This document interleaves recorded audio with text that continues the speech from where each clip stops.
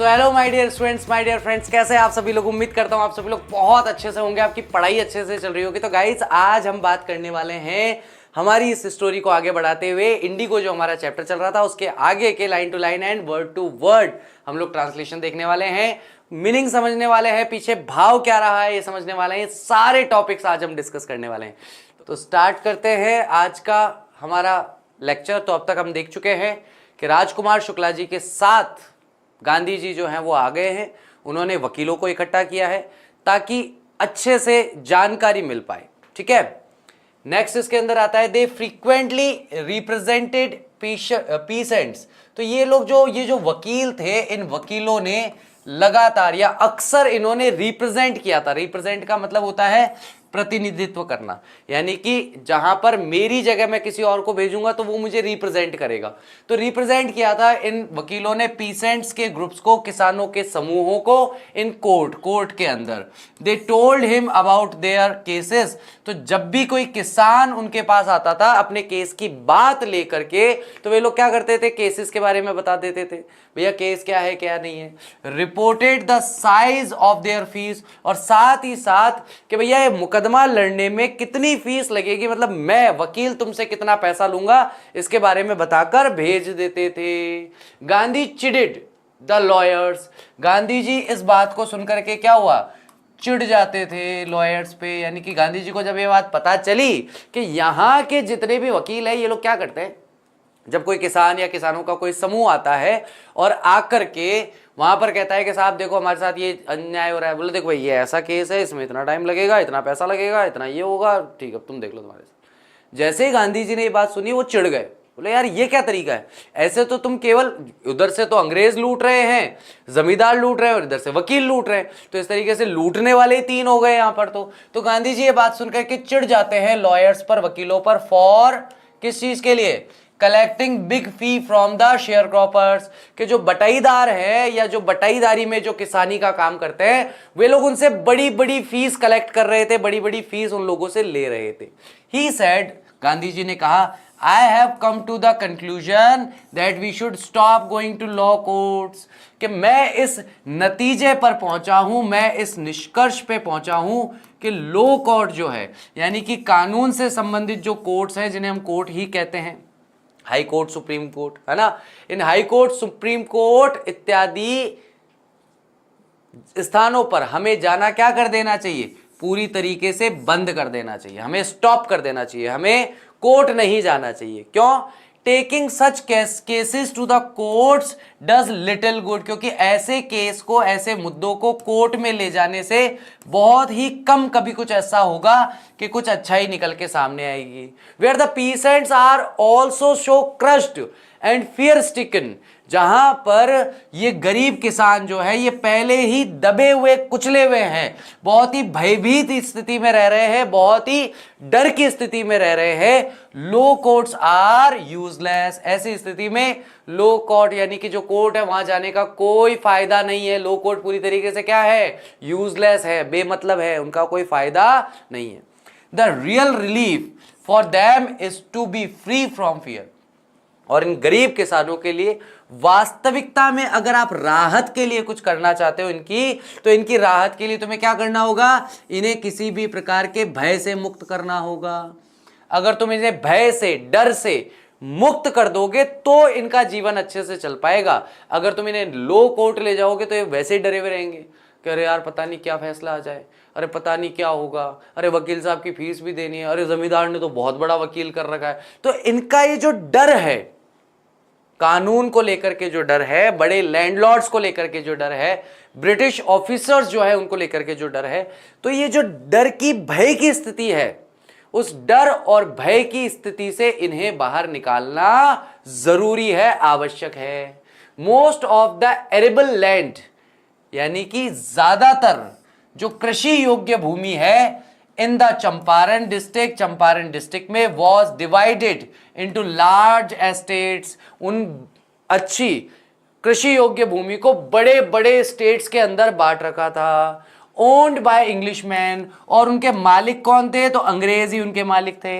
And worked by Indian tenants, और वहां पर जो भारतीय किराएदार लोग हैं भारतीय किराएदार जो लोग हैं ये भारतीय किराएदार ही वहां पर काम करते हैं। The chief commercial crop was Indigo. और इन बड़े बड़े एस्टेट्स के अंदर जो मुख्य फसल है वो मुख्य फसल कौन सी है? तो वो मुख्य फसल है इंडिगो, यानी नील की खेती का काम वहां पर होता है, जो सबसे प्रमुख व्यावसायिक फसल है। मैंने पहले लेक्चर में बताया था व्यावसायिक फसल क्या होती है। व्यावसायिक फसल ऐसी फसल जो केवल बेचने के लिए उगाई जाए, जैसे कपास एक कमर्शियल क्रॉप है। कोई भी व्यक्ति कपास उगाकर ये नहीं सोचता कि इसमें से इतनी कपास मैं अपने पास रख लेता हूं, नहीं, उसको पता है कपास का कुछ नहीं कर सकते, तो सारा मार्केट में बिकने के लिए जाता है। तो ऐसी कोई फसल जिसे बेचने के लिए ही उगाया जाए, तो ये सबसे प्रमुख सबसे मुख्य व्यावसायिक फसल थी इंडिगो। और ये इंडिगो की फसल जो भारतीय किराएदार किसान लोग उगाया करते थे। The landlords compelled all tenants to plant 3/20 है 3/20 भाग। कितना भाग? या तो 3/20 भाग या 15%। जो आपका खेत है उसमें आपको क्या उगाना है? उसमें आपको नील उगाना है, नील की खेती उसमें आपको करनी है। Of their holdings with indigo and surrender the entire indigo harvest as rent. कि भैया या तो 3/20 भाग के अंदर इंडिगो उगाओ या फिर 15% जमीन पर इंडिगो उगाओ, और ये जो तुमने उगाई है ये किराए के तौर पर पूरी की पूरी फसल अंग्रेजों को दे दो। जो अंग्रेज लोग हैं उनको तो अपनी संपत्ति यानी कि जितनी भी इंडिगो वो उगाएंगे वो कितने भाग पर उगाएंगे? या तो 15% पे उगा लो या 3/20 पे उगा लो, और जितनी नील आपने उगाई है वो सारी किराए के तौर पर आपको जमींदार को देनी होगी। This was done by a long term contract. और ये चीज एक दीर्घकालिक समझौते के तौर पर की जाती थी। अब मान लो कि मेरे पास, 1 मिनट के लिए अपन मानते हैं कि मेरे पास 1 बीघा खेत है, ओके, ये इस पे मैंने 15% पे इंडिगो उगा दी, ठीक है। अब 3 साल के बाद ये भूमि बंजर हो गई, अगली बार फिर 15%, फिर 3 साल में भूमि बंजर, अगले साल में फिर 15%, ठीक है, फिर भूमि बंजर। तो इस तरीके से अगर मैं देखूं तो 9 साल में मेरी 45% भूमि जो है वो बंजर हो जाएगी, और 18 साल में मेरी 90% भूमि बंजर हो जाएगी। और इसीलिए ये कॉन्ट्रैक्ट कैसे होते थे? लॉन्ग टर्म कॉन्ट्रैक्ट होते थे कि भैया कॉन्ट्रैक्ट होगा कितने साल का? तो कॉन्ट्रैक्ट होगा 25 साल का, कॉन्ट्रैक्ट होगा 30 साल का, कॉन्ट्रैक्ट होगा 50 साल का, कॉन्ट्रैक्ट होगा 90 साल का। तो भैया 18 साल में तो मेरी 90% भूमि बंजर हो चुकी है। 10% में से भी 15% में अगर मैं इंडिगो, जान ले लो गरीब किसान की यार, लॉन्ग टर्म कॉन्ट्रैक्ट क्यों? ताकि लास्ट में जाते जाते भी जब किसान कहते हैं ना कि साहब मैं तो किराया नहीं दे सकता, क्यों? क्योंकि मेरे पास 10% जमीन ही है केवल अब खेती करने के लिए, उसमें क्या तो उगाऊं, क्या बनाऊं, क्या आपको किराया दूं, मैं क्या करूं? तो वो कहे अच्छा ठीक है चल कोई बात नहीं, 50,000 दे दे, तेरे को कॉन्ट्रैक्ट से फ्री कर देंगे। दोहरी मार तो समझ में आती है, लेकिन हर तरफ से ही पिटाई करना, आर्थिक तौर पर सामने वाले की कमर ही तोड़कर रख देना, वैसा नहीं होना चाहिए। प्रेजेंटली वर्तमान समय में the landlords learn that Germany had developed synthetic Indigo. तो वर्तमान समय में अंग्रेजों को, जमींदारों को यह पता चल गया था, इसकी जानकारी प्राप्त हो गई थी कि जर्मनी ने विकसित कर ली है सिंथेटिक यानी कि कृत्रिम बोल सकते हो आप। अब आजकल वो कृत्रिम इंडिगो उगा रहे हैं, कृत्रिम इंडिगो बना रहे हैं, केमिकल्स को मिक्स करके ही इंडिगो बना ले रहे हैं। देयर अपॉन वे इस पर obtained agreement from the sharecroppers to pay them compensation। अब उन्होंने बोला कि भैया हमें अब तुम्हारी 15% इंडिगो नहीं चाहिए, हम इस अग्रीमेंट में नहीं रहना चाहते कि 15% की इंडिगो उगा कर हमें दो। तो भैया फिर तुम क्या चाहते हो, बताओ क्या चाहते हो? तो हमें कंपनसेशन दो, इसके बदले हमें पैसा दो ताकि हम तुम्हें इस समझौते से मुक्त कर सके। For being released from the 15% arrangement, के 15% वाला जो अरेंजमेंट है, जो व्यवस्था है 15% वाली या 15% वाला जो समझौता है, इससे हम आपको मुक्त कर दें। बीइंग रिलीज्ड, इससे छुटकारा पाने के लिए आपको क्या करना है, आपको मुझे कंपनसेशन देना है, पैसा देना, पैसा बाबू पैसा, give me money, money money money. अब यहां पर जो हमारे शेयर क्रॉपर्स है वो दो भागों में बढ़ जाएंगे। एक वो जो कि अनएजुकेटेड है, दूसरे वो जो थोड़े बहुत एजुकेटेड है या दुनिया की जानकारी रखते हैं। अब इन लोगों को लगेगा कि यार मजे आ गए, अब से इंडिगो हमारी, थोड़ा पैसा देंगे, अब हर साल इंटरनेशनल मार्केट में हम इंडिगो बेचेंगे और हम बढ़िया पैसा कमाएंगे। क्योंकि ये बेचारे अनएजुकेटेड थे तो इनको पता ही नहीं था कि सिंथेटिक इंडिगो की खोज हो गई है। इन्होंने दिमाग तो सही लगाया, तो दिमाग लगा करके इन्होंने अंग्रेजों की बात मान ली कि हाँ हाँ ठीक है 15%, हाँ ठीक है 15% वाले से हो जाएंगे फ्री, और मजा आ जाएगा। जिनको पता था वो कहा ना, हमें तो इंडिगो ही देनी है, तुम चाहे अपने घर में पुताई करो, चाहे उस नीले रंग से खुद नहाओ, चाहे तो उस इंडिगो को खा लो, तुम्हारी मर्जी पड़े जो करो, हमें मतलब नहीं है, हम तो 15% में ही रहेंगे। तुम 15% इंडिगो लो और मस्त रहो, 15% खेत पे उगा करके दे देंगे तुम्हें। तो जिनको पता था वो इससे सहमत नहीं हुए, और जिन्हें पता नहीं था वो बेचारे इस ट्रैप में, इस जाल में फंस गए। क्या हाँ हाँ ठीक है भाई, एग्रीमेंट कैंसिल करवा लेते हैं। The share cropping arrangement was irksome to the peasants. ये शेयर क्रॉपिंग अरेंजमेंट जो था बहुत ही परेशानी भरा था किसानों के लिए। एंड मैनी साइंड विलिंगली, और बहुत सारे लोगों ने उस समझौते को कैंसिल करने के लिए जो साइन करना था वो साइन उन्होंने अपनी खुशी से ही कर दिया। दोज हु रेजिस्टेड, वे लोग जिन्होंने इसका विरोध किया, इंगेज्ड लॉयर्स, उन्हें लॉयर्स हायर करने पड़े। द लैंडलॉर्ड्स हायर्ड ठग्स, तो किसानों ने जाकर के तो किसको हायर किया, लॉयर्स को। किसानों ने जाकर के किसको काम पे लगाया, लॉयर्स को काम पे लगाया। और लैंडलॉर्ड्स ने किसको लगाया, ठगों को, अपराधियों को, कि जाओ जूत बजाओ इनके अंदर और साइन करवा के लाओ। अब खाली कागज पर इनके साइन ले लूं ठाकुर, नहीं नहीं, अभी इन्हें फोकट का खाने की आदत पड़ने दो। तो ये वो वाला सीन हो गया। कौन सा सीन हो गया कि भैया अब इन्होंने अपराधियों को हायर कर लिया, काम पे लगा दिया कि जाओ सड़ों के जूत बजाओ और साइन करवा के लाओ, ठीक है। मीनवाइल, इन सब के दौरान the information about synthetic Indigo reached the illiterate pheasant. अब ये सब जब भसड़ चल रही थी, इसी के दौरान जो बेचारे गरीब अनपढ़ किसान थे उन तक ये खबर पहुंच गई। क्या खबर पहुंच गई, क्या सूचना पहुंची कि भैया किस तरीके से सिंथेटिक इंडिगो जर्मनी बना रहा है और इंटरनेशनल मार्केट में पहले पड़ा है उसको। और उन गरीब किसानों को फिर ये पता चलता है, हु हैड साइंड, जो पहले ही साइन कर चुके थे, and they wanted their money back, और अब उन्हें अपना पैसा वापस चाहिए था। पैसा कौन देता है वापस, एक बार गया गया भूल जाओ उसको, गए हुए पैसे को भूल जाओ, कोई वापस नहीं मिलना पैसा। At this point Gandhi arrived Champaran, और इसी समय पर, इसी बिंदु पर गांधी जी चंपारण आ चुके थे। तो अब पहुंचे हैं गांधी जी चंपारण।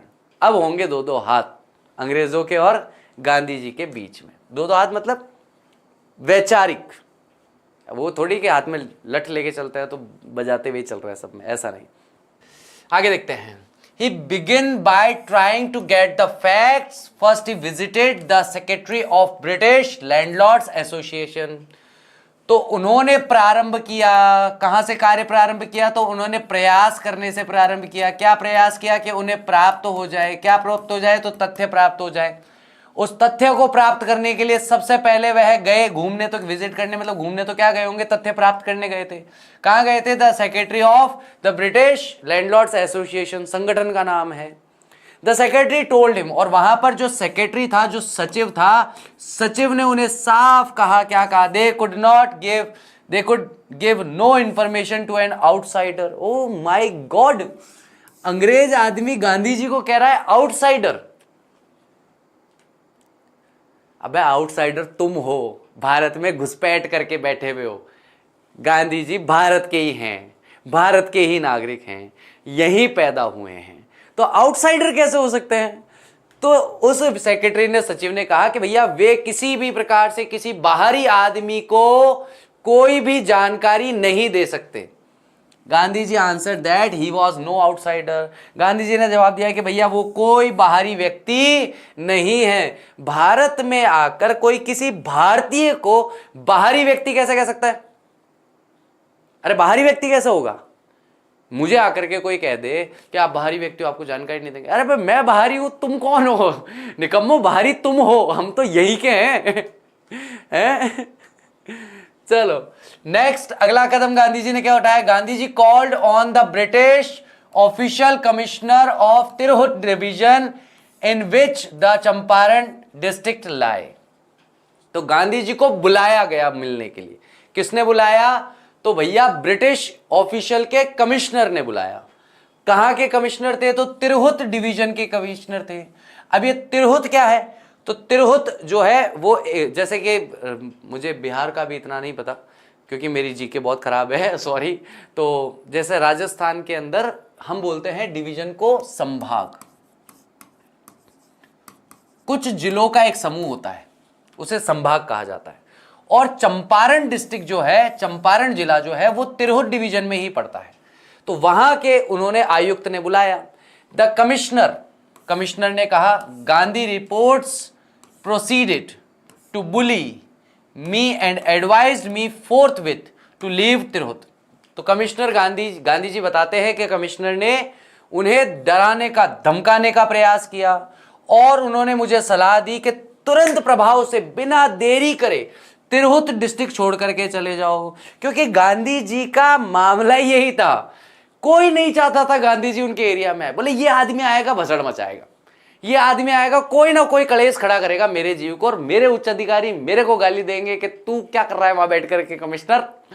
फटाफट गांधी जी को रवाना कर वहां से, क्योंकि गांधी जी जिस एरिया में बैठे हैं उस एरिया में भसड़ मचना तो तय है। लोग निकल के सड़कों पर आएंगे, पथराव तो नहीं होगा खैर, लेकिन रैलियां निकलेगी, लोगों को जागरूक किया जाएगा कि देखो अंग्रेज सरकार हमारे ऊपर क्या अत्याचार कर रही है। तो कमिश्नर ने पहले ही बोला मालिक मैं गोली मार दूंगा, चले जाओ यहां से, मैं मेरा दिमाग ना खराब करो, मेरी लुगाई पहले ही मेरे से लड़ती है, मैं पहले ही बीपी का पेशेंट हूं, आप चले जाओ यहां से, आप तिरहुत छोड़ के तुरंत निकलो यहां से, तिरहुत में आपका कोई काम नहीं है। तो ऐसे उसको धमका करके गांधी जी को सलाह देते हैं कि भैया तुरंत प्रभाव से आप पहली फुर्सत में निकल, रुकना ही नहीं है, रुकना ही नहीं है, तुरंत निकलो। गांधी डिड नॉट लीव, और गांधी जी वहां से मैं तो नहीं जाऊँ, मैं क्यों जाऊं, भारत है, मेरा देश है, मेरी मर्जी होगी जहां रहूंगा, मैं तो नहीं जाऊंगा, मना कर देते उनको। Instead he proceeded to Motihari, और बल्कि उनके मना करने के बाद वो मोतिहारी नामक एक जगह पर चले जाते हैं। मोतिहारी क्या है? चंपारण का कैपिटल है। तो चंपारण जो डिस्ट्रिक्ट है उसका मेन पॉइंट कौन सा है? मोतिहारी है। सेवरल लॉयर्स अकम्पेन्ड हिम, बहुत सारे लॉयर वहां आकर उनके साथी बने। एट द रेलवे स्टेशन पे आ गए सारे। A vast multitude greeted Gandhi, और बहुत विशाल भीड़ ने गांधी जी का स्वागत किया। बहुत ही विशाल भीड़ ने क्या किया? गांधी जी का स्वागत किया कि आ हा मजा आ गया। He went to a house, तो वहां पर गांधी जी एक घर में जाते हैं, and using it as headquarters, और उसे अपने मुख्यालय के तरह इस्तेमाल करना शुरू कर देते हैं कि सारे वकील वहीं आ जाओ, सारे कागज वहीं ले आओ, वहीं पर पढ़ेंगे, वहीं पर देखेंगे, वहीं पर देखेंगे अंग्रेजों की कब्र कैसे खोदनी है, सारा विचार वहीं पे करेंगे। ठीक है, तो यहां पर वो उसे हेडक्वार्टर्स की तरह इस्तेमाल कर रहे थे। कंटिन्यूड हिज इन्वेस्टिगेशन, और उन्होंने अपनी जांच वहीं से शुरू कर दी। A report came in that peasant had been maltreated in a nearby village, और वहीं पर एक रिपोर्ट आती है, एक सूचना आती है। क्या सूचना आती है? केम इन मतलब एक सूचना आई कि एक पीसेंट है, एक किसान है, उसके साथ बहुत ही बुरी तरीके से दुर्व्यवहार किया गया है पास ही के एक गांव में, in a nearby village. Gandhi decided to go and see. Gandhi ji ने तय किया कि मैं तो जाऊंगा और मिल करके आऊंगा, मैं जाऊंगा और किसान से मिलके आऊंगा, पता लगा के आऊंगा क्या चल रहा है, क्या नहीं चल रहा है, कैसे चल रहा है, कैसे नहीं चल रहा है, let me see it. The next morning he started out on the back of an elephant. और अगले दिन वो उस गांव जाने के लिए निकल जाते हैं। और किस पे बैठ करके निकलते हैं? तो एक बढ़िया मस्त छोटा सा प्यारा सा सुंदर सा हाथी, उसकी पीठ पर बैठ करके जाना शुरू करते हैं। He had not proceeded far when the police superintendents in his carriage Gandhi compiled, यानी कि इसी जब वह मतलब had not proceeded far, वो ज्यादा दूर नहीं निकले थे, तभी पुलिस सुपरिटेंडेंट के यहां से एक संदेश वाहक अपनी गाड़ी लेकर आता है और गांधी जी को आज्ञा मानने के लिए कहता है। The messenger drove Gandhi home where he served him with an official notice। और भैया वो वहां से गांधी जी को उतारता है हाथी से नीचे, अपने साथ अपनी गाड़ी में बिठाता है, गाड़ी में बिठा के गांधी जी के घर छोड़ता है। घर छोड़ते ही एक कोर्ट का समन, आपको कोर्ट में उपस्थित होना है। क्यों उपस्थित होना है? आपने पुलिस सुपरिटेंडेंट की आज्ञा का पालन करा है, पालन नहीं करा है, आपने अवहेलना की है। टू क्विट चंपारण इमीडिएटली, तुरंत प्रभाव से चंपारण छोड़ के चले जाओ भाई, तुरंत प्रभाव से चंपारण छोड़ के निकल। पहले कमिश्नर ने बोला गोली मार दूंगा, चंपारण छोड़ के चले जाओ। अब उनसे नहीं संभला तो पुलिस सुपरिटेंडेंट है वो भेज रहे अपने आदमी को कि तुरंत प्रभाव से, ये रहा आपका नोटिस, तुरंत प्रभाव से चलते बनो, तुरंत प्रभाव से रवाना हो यहां से। इमीडिएटली मतलब तत्काल प्रभाव से तुम चंपारण छोड़कर चले जाओ। गांधी साइंड अ रिसिप्ट, और गांधी जी ने एक रिसिप्ट को साइन किया कि हाँ भैया ये आदेश मुझे प्राप्त हो गया है उस नोटिस के लिए। एंड रोट ऑन इट, और उसी रिसिप्ट पर लिख दिया है he would disobey the order, मैं आपकी आज्ञा का पालन नहीं करूंगा। बहुत सारे बच्चे गुस्सा करते हैं और मुझे नहीं समझ में आता गुस्सा क्यों करते हैं। वाई टू डू द गुस्सा, डोंट डू द गुस्सा। गुस्सा किस बात पे? मेरे को ऐसा कर, मैं नहीं करूंगा, मैं ऐसे। प्यार से मना कर, प्यार से, प्यार से मना कर। किसी बच्चे ने कहा सर इसी सप्ताह आपको ग्रामर स्टार्ट करनी ही पड़ेगी, नहीं करूंगा, नहीं करूंगा। आई डिसओबे द ऑर्डर, मैं आपकी आज्ञा का पालन करने से मना कर रहा हूं। प्रेम पूर्वक मुस्कुरा के हाथ जोड़ के, नहीं करूंगा। अब सामने वाला गुस्सा करे, अपन काहे को गुस्सा करें? अपना क्या काम है गुस्सा करने का? सामने वाला करता रहे गुस्सा।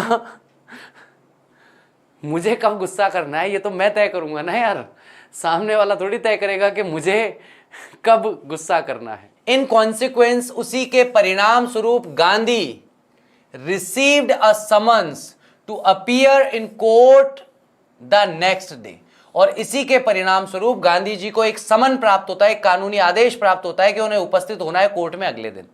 All night Gandhi remained awake, पूरी रात गांधी जी वहां पर जगे रहे।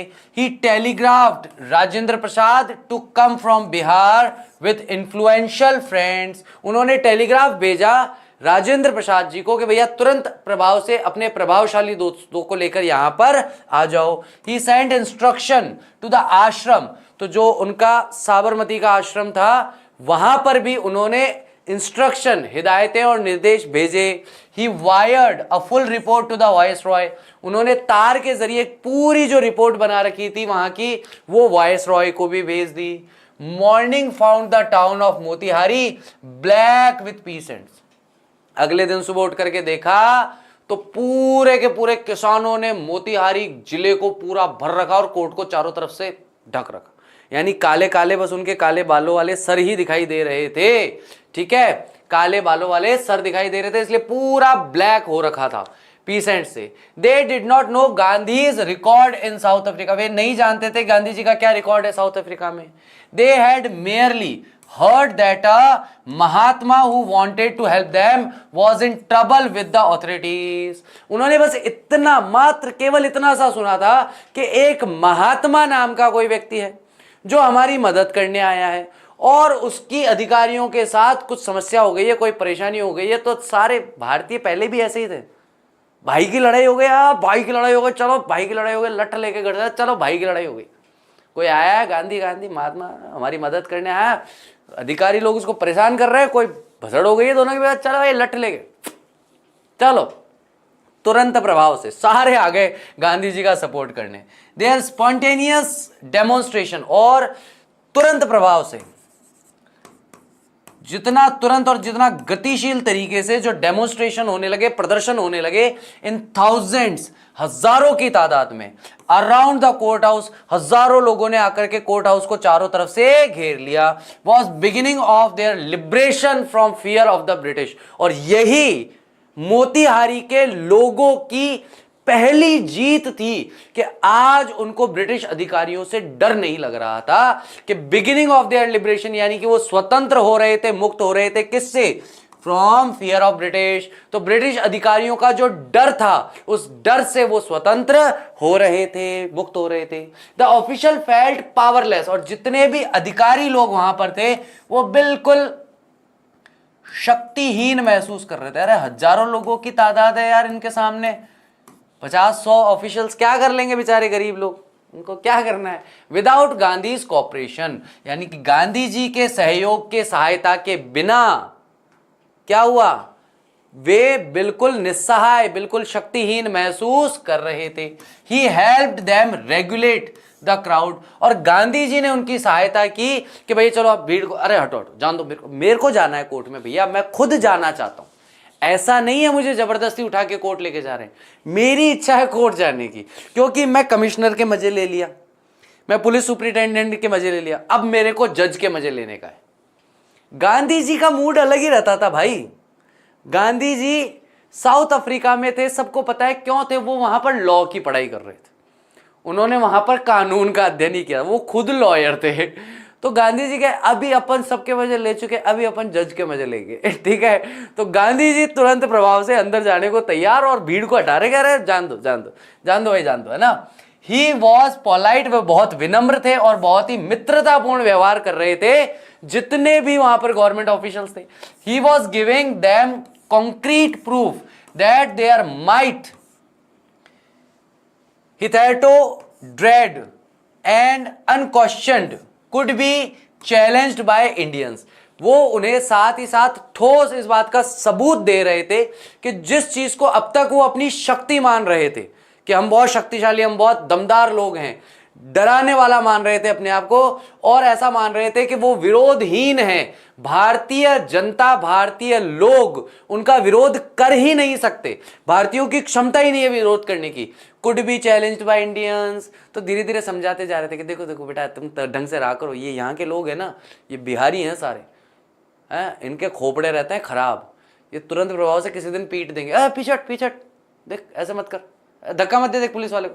तो अब पुलिस वालों का सहयोग भी कर रहे हैं, उनके साथ भी जा रहे हैं, धीरे धीरे उन्हें बता भी रहे हैं कि देखो बेटा तरीके से रहा करो, इज्जत से रहा करो, यहाँ कोई ना कोई किसी ना किसी दिन पेल निकलेगा तुम्हारे को, तो इसलिए थोड़ा शांति से। तो बता रहे थे कि भारतीय लोग तुमसे डरते नहीं हैं, तुम ऐसा मत समझना कि हम विरोधहीन हैं, हमारा कोई विरोध ही नहीं कर सकता, हमें किसी का डर ही नहीं है। तो वो चीज गांधी जी उनके कान में धीरे धीरे मंत्र की तरह फूंकते जा रहे।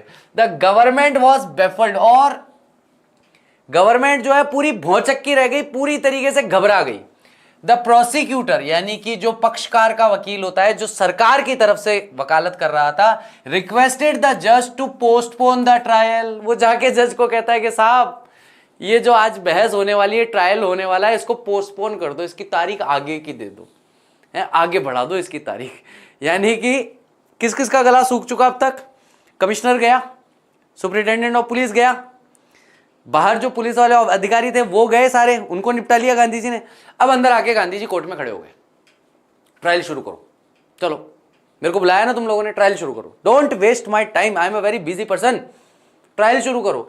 अब यहां पर जो प्रोसिक्यूटर है, जो सरकार की तरफ से वकील खड़ा है, वो जज को जाके कहता है कि साहब स्थगित कर दो ना, आगे की तारीख दे दो, पता ही नहीं मुझे करना क्या है।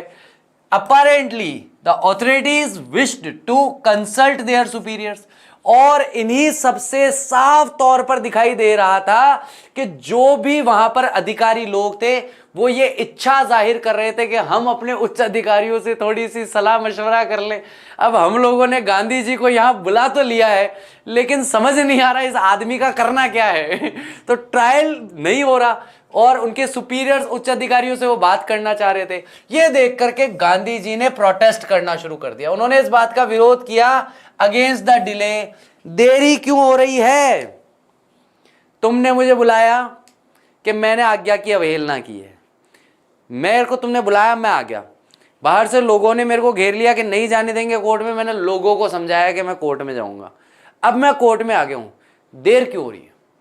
फटाफट ट्रायल शुरू करो, चलो आरोप प्रत्यारोप शुरू करो फटाफट। अथॉरिटीज का मतलब है अधिकारीगण, तुरंत प्रभाव से कार्रवाई शुरू करो। देरी क्यों हो रही है भाई? चलो लगाओ आरोप लगाओ, जो सजा देनी है सजा दो। He read a statement pleading guilty और उसी के साथ गांधी जी ने अपने अपराध को स्वीकार करते हुए एक स्टेटमेंट पढ़ा कि हाँ, मुझे पुलिस सुपरिटेंडेंट के द्वारा आदेश दिया गया था मोतिहारी छोड़कर जाने के लिए। मैंने मना कर दिया कि मैं इस आज्ञा का पालन नहीं करूंगा। He was involved और वह इसमें लिप्त थे कि हाँ, मैंने उनकी बात नहीं मानी है। He told the court, उन्होंने कोर्ट को कहा in a conflict of duties, कि मेरे सामने कर्तव्यों का विरोधाभास आ गया था।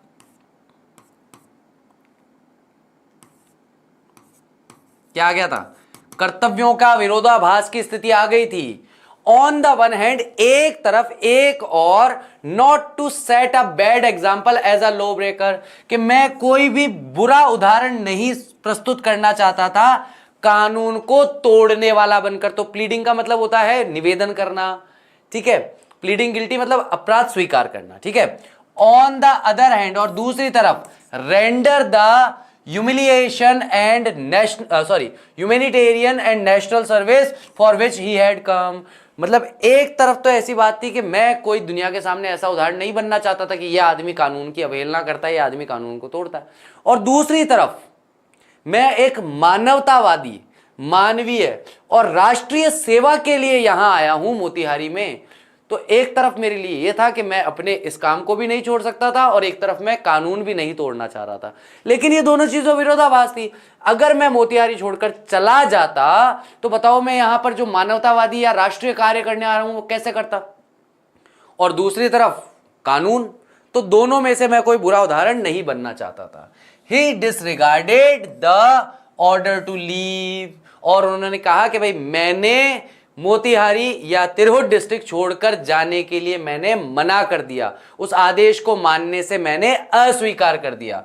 Not for want of respect for lawful authority but in obedience of the higher law of our being and the voice of conscience.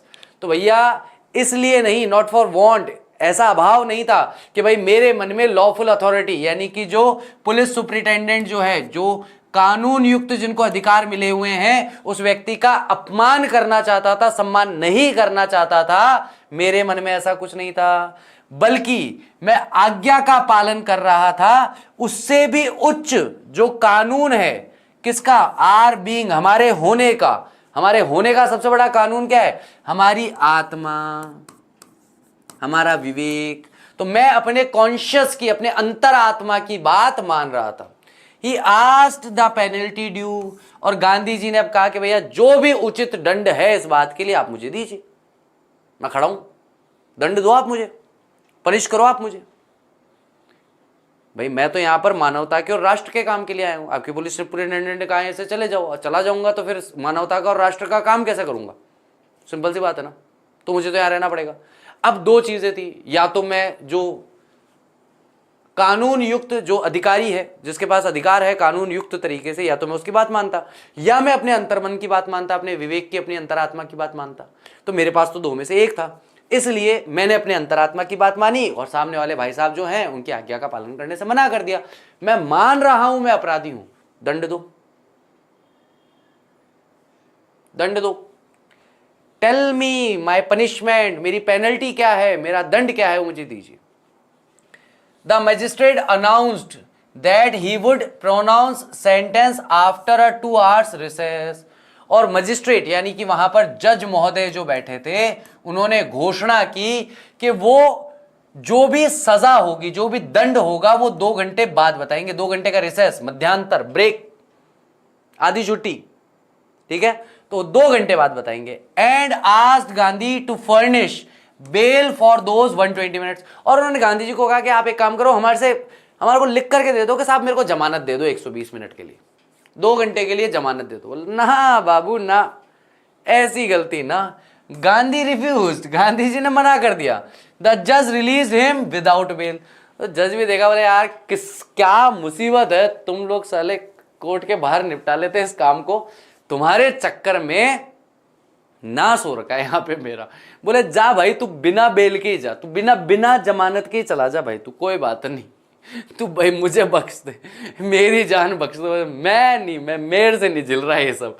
तो भैया यहाँ पर आप देख रहे हैं कि जज साहब जो हैं वो भी उनके सामने सरेंडर कर देते हैं कि साहब आप जो भी आपकी सजा होगी, जो भी आपकी दंड होगा वो सुनाया जाएगा 2 घंटे की मध्यांतर के बाद।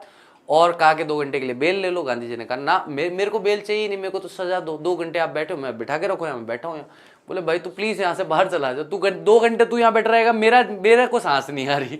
तो गांधी जी को बोला आप एक काम करो, बिना बेल के ही चले जाओ महाराज, कोई बेल नहीं, कोई आपको जमानत मांगने की जरूरत नहीं, आप जाकर हम पर ही एहसान करोगे, हम आपको बिना बेल के छोड़ रहे हैं, बिना जमानत के छोड़ रहे हैं, ये हमारे नहीं, आप बिना जमानत के चले जाओ, हमारे पे तो यही एहसान है कि आप जाओ ताकि हमें सांस आए, हम अपने उच्च अधिकारियों से बात कर पाए कि भाई साहब क्या करना है यार, बता दो क्या करें अभी, ये हम तो फंस गए। हमारे पुलिस सुपरिटेंडेंट ने कर दिया एक नाटक, भेज दिया उनको समन और बुला लिया। हमें लगा गांधी जी आएंगे, माफी मांगेंगे कि साहब नहीं आज के बाद ऐसा नहीं होगा, मैं जा रहा हूँ तुरंत तिरहुत डिस्ट्रिक्ट छोड़ करके और चले जाएंगे यहाँ से। बोले ये तो कहीं ना जा रहे भाई, ये यहीं बैठने वाले हैं, क्या यहीं बैठ के छाती पर मूंग दड़ेंगे, ये कुछ से कहीं नहीं जाएंगे छोड़ करके, इनके मूड में ही नहीं है कहीं जाने की। तो कह रहे हैं हाँ साहब मैं नहीं माना, अंतरात्मा की आवाज़ थी, ठीक है सजा दो आप, तो बताओ क्या पैसे देने हैं, कुछ मुझे क्षतिपूर्ति जमा करानी है, जेल में डालोगे, क्या करना, जो करना करो, कोई दिक्कत नहीं, कोई परेशानी, ऑल गुड। चलिए उम्मीद करता हूँ आज का लेक्चर अच्छी तरीके से समझ में आया होगा, आपने अच्छे से एंजॉय किया होगा। Thank you very much, I will see you tomorrow, till that take care of yourself, bye bye, कल मिलते हैं, गुड नाइट।